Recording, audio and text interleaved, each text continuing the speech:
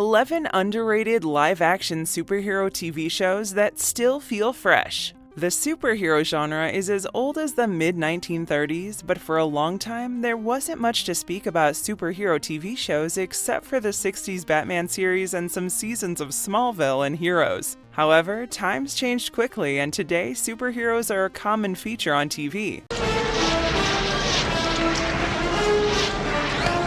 Over the years, there has been some truly fantastic content on the small screen, and comic book fans are in for a treat. In the past few years, the superhero television industry has been hot, and the likes of the Arrowverse, Netflix's MCU collaboration, and Disney Plus originals are quite popular. In this video, we've put together some of the underrated live-action superhero TV shows that are still as good as new. Some of these shows went relatively unnoticed, and most of these are criminally underrated. But trust us when we say that they are all worth your time. Before we go into our list, we have a very small request. If you like our content, please support us by subscribing to our channel. This is a small click from you, but it means a lot to us. Thank you. Let's begin.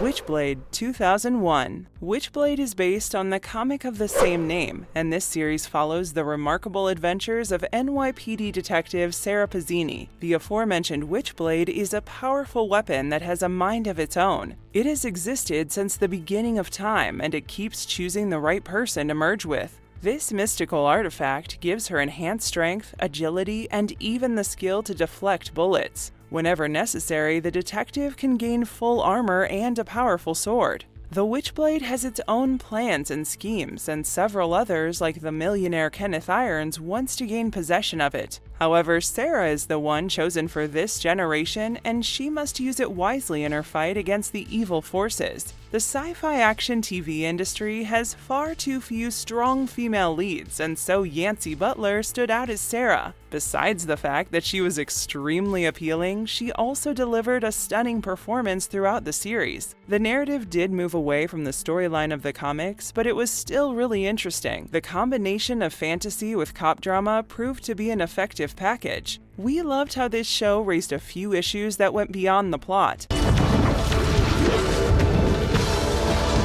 The sets were consistently brilliant, and it seemed like a skilled crew took their chances with various styles of camera angles and lighting. The editing was crisp, which led to a fast-paced, exciting narrative throughout. The climax of the first season was simply unforgettable, and just when we were expecting so much more, the show got canceled. The cancellation was nothing less than tragic because everything was going in favor of this popular series. In fact, it was one of the highest-rated TV series to be canned. One of the main reasons behind it was reportedly Yancy Butler having to enter rehab for alcoholism.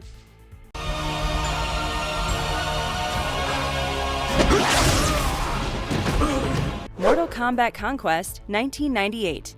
Earth was an enchanting planet that Shao Kahn desired to make part of the realms he had conquered called the Outworld. Mortal Kombat was created for the protection of the Earth, and this tournament was supposed to decide the fate of the planet through the battles between the Outworld and Earthrealm. 500 years prior to the events of this show, the great warrior Kung Lao had defeated Shao Kahn's trusted sorcerer Shang Tsung. Kung Lao had spared his life, and Shang Tsung was imprisoned in the cobalt mines by his lord. Now, Kung Lao trains the next generation of fighters who can save the Earth while the Thunder God Raiden watches over them. Elsewhere, the imprisoned Shang Tsung is also determined to get his revenge on Kung Lao, and things are about to get really tense once again. This TV series is based on the popular Mortal Kombat game franchise and aired for only one season. Martial arts fans were delighted to have some gripping fight scenes, but the starting episodes did not hold much promise. It seemed like just another average show that was all about action and would be cancelled in a few days. However, the series proved us wrong and picked up the pace pretty soon. The roles of Taja, Zero, Quan Chi, and Shang Tsung were handled well by some great actors. While you will enjoy some really cool fighting, there's some things that happen like relationships and politics that you wouldn't expect. If we must pick flaws in this amazing series, we have to point to the weak effects that were used. Also, Taja was a fascinating fighter, and yet there were very few fights featuring this gritty character. And there were times when the show had to make do with reused footage as cost-cutting methods, but you cannot blame the makers for the budget. In short, the action, drama, humor, and stunning finale make Conquest a must-watch for all Mortal Kombat fans out there. I'll pay for the window. It's over, okay? It's over when I cut off your head. Highlander the series, 1992. Duncan MacLeod and his girlfriend Tessa Noel were leading a quiet life as the owners of an antique shop. One day, as a thief was breaking into the store, he witnessed a strange confrontation between Duncan, his fellow clansman Connor MacLeod, and the evil immortal Slan Quinns. We learn that Duncan has been living for over 400 years now, and he was one of the immortals who couldn't be killed except for beheading. Connor wants Duncan to continue fighting evil, even though Duncan had removed himself from the game where the immortals try to hunt down one another. The series explored various storylines revolving around Duncan MacLeod, and it also dwelled on his relationships with mortals and other immortals. Highlander fans were disappointed after a couple of abysmal sequels to the original Highlander movie. They viewed this series with suspicion, but the news that Christopher Lambert would be reprising his role in the pilot episode was enough of an invitation to start watching. It started off slow, and after some tedious episodes, things finally became interesting. By the time we had finished the second season, the storylines were incredible and the guest stars were more selected. Some significant changes were made from the movie versions, and we didn't seem to mind. In fact, it was intriguing to learn about the life of immortals. The series often posed some deep questions like how it might feel to live forever and bear the stamps of the civilization that you carry forward. The plots that link Duncan MacLeod's past to his present-day life are brilliantly done, and Adrian Paul, who played Duncan MacLeod in the show, was excellent. If you're a fan of action thrillers, this one will please you with some perfectly choreographed fight scenes. The sword duels keep getting better as things progressed, and we were awed by Duncan, who beat every immortal that he fought. Unlike many other shows on our list, this was a popular hit and went for 6 seasons with 119 episodes.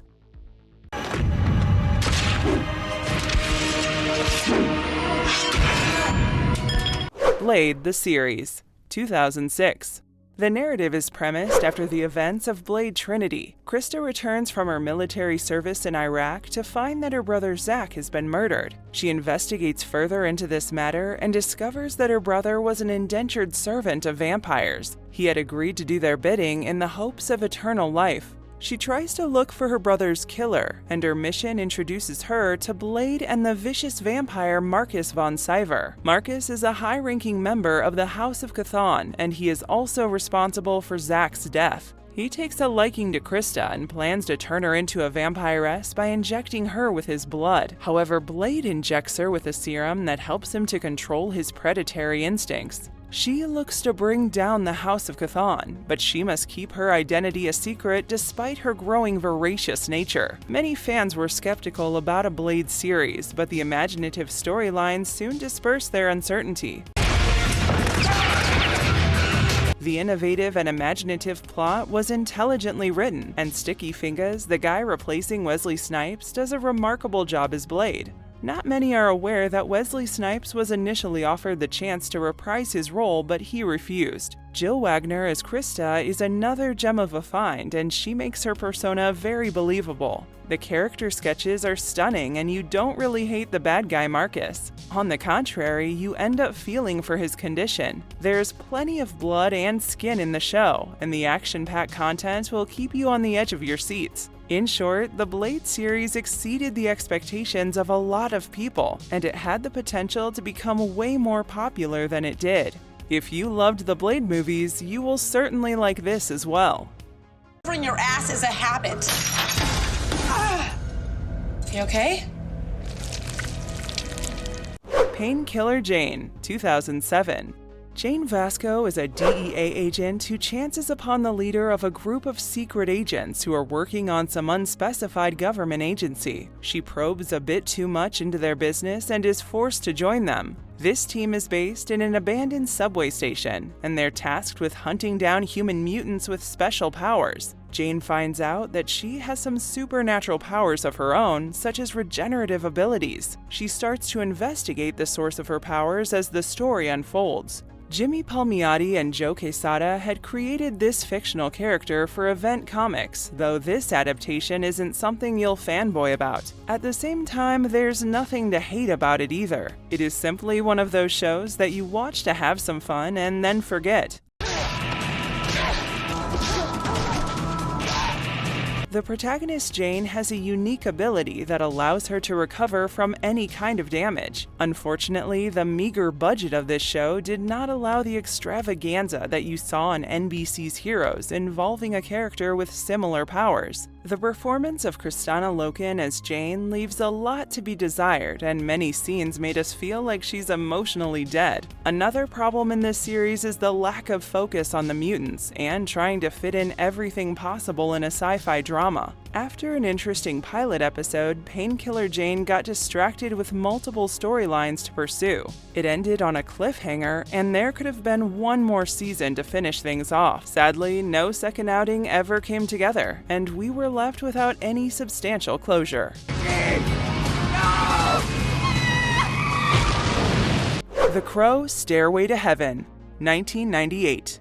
James O'Barr's 1989 comic book series by the same name had inspired a movie called The Crow. This series was based on the film and dealt with the miraculous story of Eric Draven. He and his fiancée Shelley were brutally murdered by some miscreants, and exactly a year after his death, he is back on Earth looking for revenge. In this mission, he's helped by a mystical spirit crow, and he dwells in a realm that is neither living nor dead. Will the quest for redemption be successful? While this series has essentially the same storyline and characters as the movie, it does make subtle changes here and there. For example, it does a better job than the film when it comes to explaining the origin and motives of Draven, and Mark proved to the world that he was much more than just an action star. The Draven in the TV show was much more human than the distant, ghost-like one played by Brandon Lee in the movie. The narrative was fluent, and we enjoyed how the show traveled back and forth between the way it was with Eric and Shelley in the past with the current world. The special effects are a bit lacking, but the story makes up for any flaws. It is a pity that Stairway to Heaven was canceled abruptly after just one season, the main reason being that Universal had bought out Polygram Productions and they did not want to go ahead with the project. It could have also been because Mark was reluctant to be tied down to television. If you want an interesting blend of action and the supernatural, this might be the perfect TV series to opt for.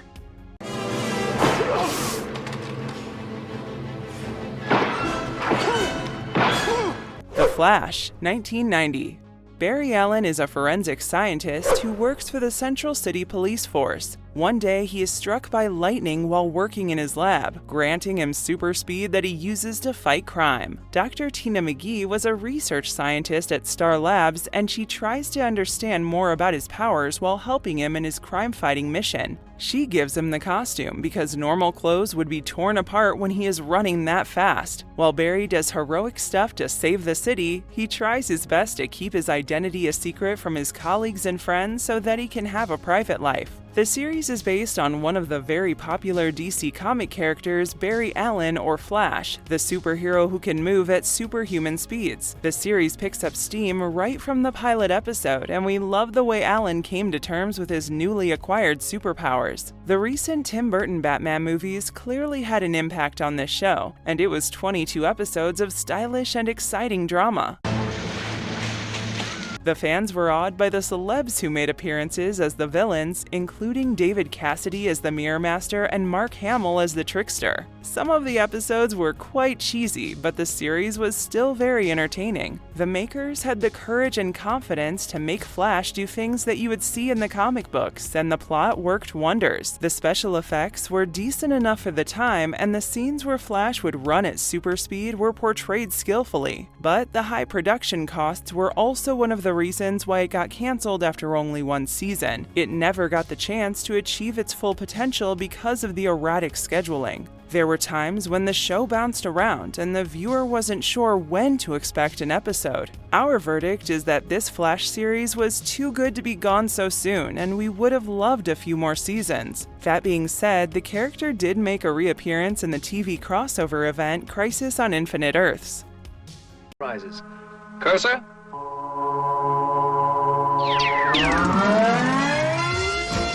AUTOMAN, 1983. A police officer and computer programmer, Walter Nebeker came up with a remarkable form of artificial intelligence. He developed a crime-fighting program that would create a hologram that could leave the computer at night to target delinquency. In the real world, AUTOMAN was a government agent, and his reality was a top secret known only to Walter and his assistant Roxanne. Walter could even merge with AUTOMAN if the need arose, and in this condition, their consciousness would be combined and Walter would retain his invincibility.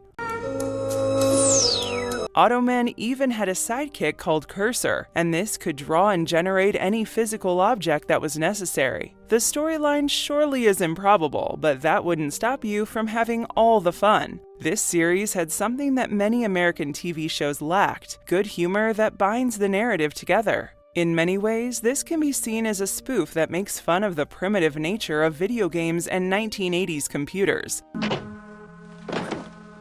It is amusing to watch AUTOMAN, played by Chuck Wagner, struggle with everyday human problems. The special effects don't look too dated, and for its time, they were quite trendy. This made the show visually appealing, and the action scenes stood out for the fans.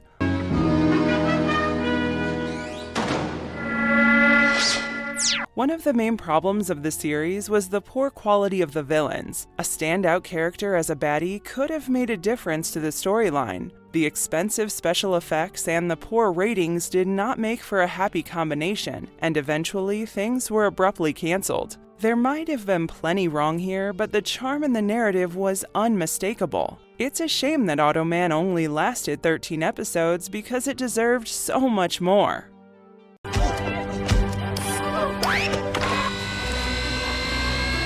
RoboCop the series, 1994. Those who are familiar with RoboCop will be well versed with the concept. The story is all about Alex Murphy, the cybernetic policeman. The narrative is premised in near-future Detroit, where Murphy has to deal with crime and corporate conspiracies that are unfolding in the city. However, this time RoboCop has some non-lethal methods available to him instead of slaughtering the criminals.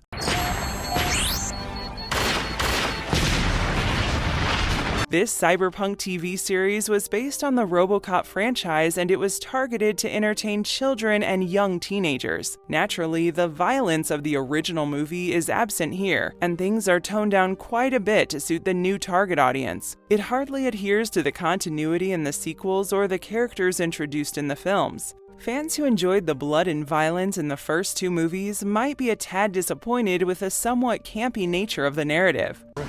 I'm out.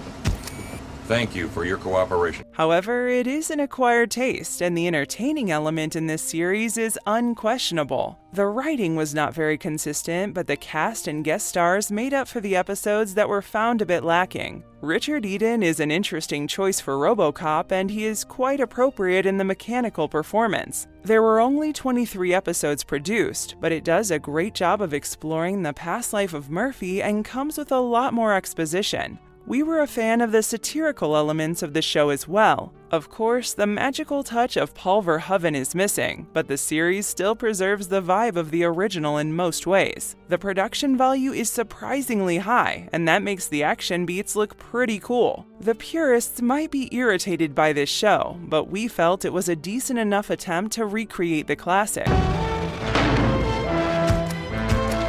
Unfortunately, the series was a disaster in terms of TV ratings and was more like a RoboCop version for the kids who weren't allowed to watch the movie.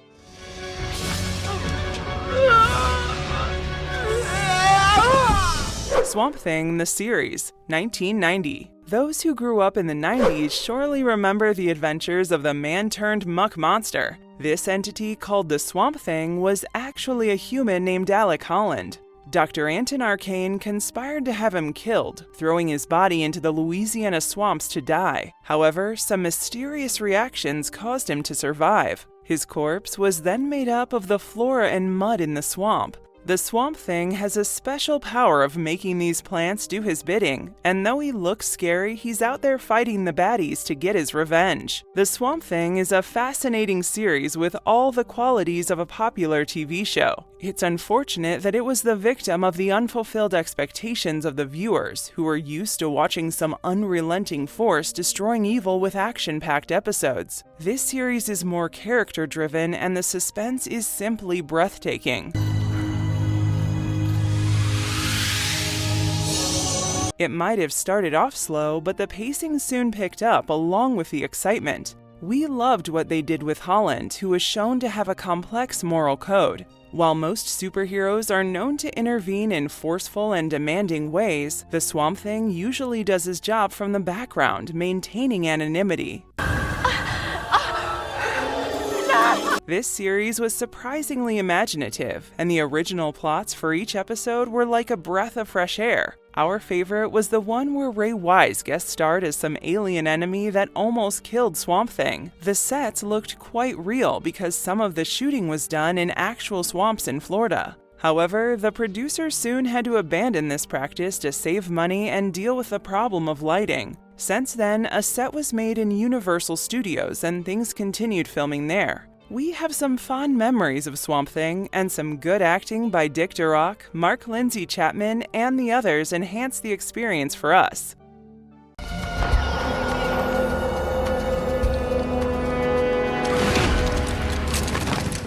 Nightman, 1997. Johnny Domino is doing well as a jazz musician in San Francisco, but his life changes completely when he's struck by a lightning bolt and granted special powers. He's a woman. What woman? He can telepathically connect to all kinds of evil and learn their sinister thoughts. Johnny decides to take up the role of a crime-fighting vigilante, donning a bulletproof bodysuit that grants him ancillary abilities like flight, advanced sight, and camouflage-style invisibility. He can also see in the dark and fire a powerful laser beam. Throughout the series, he is seen fighting various enemies, though his arch-nemesis remains the computer technologies billionaire Kieran Keyes. This show is based on the Malibu and Marvel comic book of the same name. However, it was clearly not a story made for TV because it lacked the glamour and gimmicks to draw in the audience. The first season does explore some humbling facts about our superhero, but some changes were made so that the character looked appealing in the sci-fi action genre. The budget is nothing humongous, and as a result, the series does have a cheesy look. The crime-fighting suit made Johnny look like a cross between RoboCop and Puma Man, and director Nick Daniel did his best to make things work despite budgetary constraints. Matt McColm is decent as the protagonist, and other members of the cast like Earl Holliman, Derek Webster, and Jane Heitmeyer deliver promising performances. The writers could have done a better job on the continuity of the series, and maybe that would have helped the popularity as well. Overall, it is a guilty pleasure that you must check out for the insane amounts of fun in each episode. This is all the time we had for today's episode. We hope you guys liked it. It would be awesome if you guys can take some time to subscribe to our channel. And don't forget to tell us which topic you want us to cover in the comment section. Have a fantastic day ahead and stay safe.